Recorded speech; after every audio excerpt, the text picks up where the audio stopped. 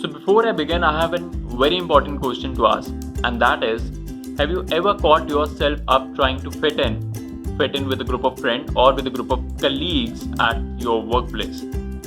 For me, this problem of fitting in started quite early when I was in school. So I had this problem of connecting with other students, and the reason was I was not talkative and I was a shy type of a person, shy type of a kid back then. So I was naughty at home only because I was comfortable there. But in school and few years in college as well, I was not that comfortable to express myself clearly.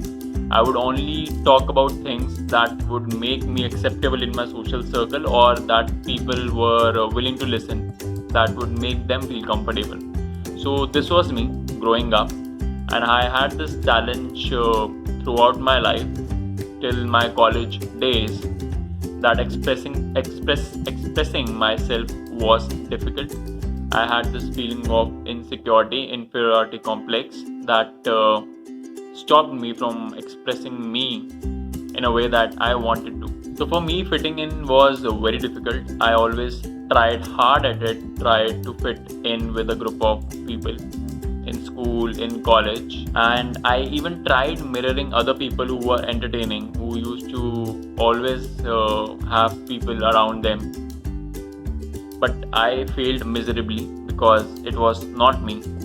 It was a first or a third copy of that person who was entertaining. So my choices in life were directly related to my peers' opinion. Throughout my school and college days, I would do things that would make me acceptable in my social circle. But these things, I realized that they were distancing myself from my true identity.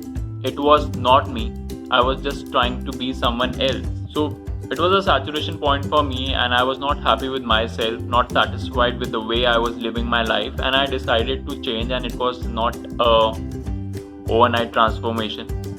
But before I talk about that, I want to talk about this peer pressure thing that bothers us. It doesn't bother us, we let this thing bother us.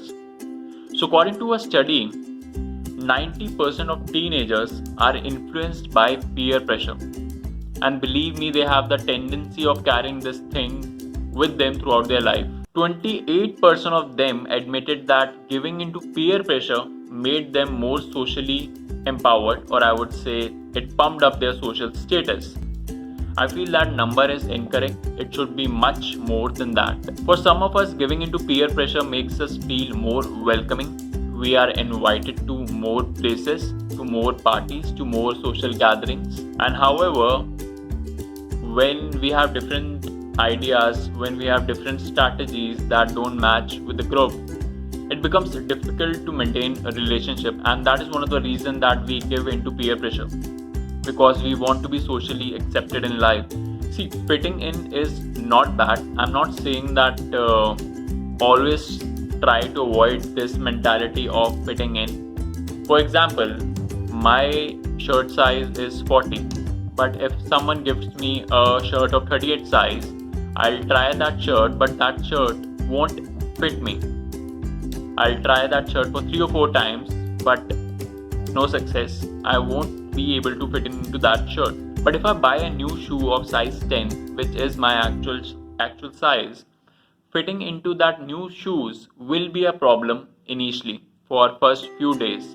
But after that, things will be comfortable and shoe will be fitting my toe very comfortably. So this is what happens in life.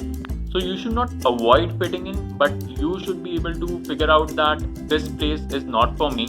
I have been trying for a while now and things are not working out. So rather than fitting in, you should try to belong. Now the question comes, why do we fit in? When we know that everything that we do in life, we will be judged. If we try something new, we will be called as a rebel or an attention seeker. If we follow a group, we will be called as a follower. No matter what we do in life, we will be judged. I believe it was Aristotle who once said that to avoid criticism, you should be nothing, you should do nothing, and you should say nothing. But again, you will find people who will criticize you on this as well, that you do nothing, you say nothing, and you be nothing. So the best way to avoid criticism is to not pay any heed to it, not give any energy to it, any energy to your criticism.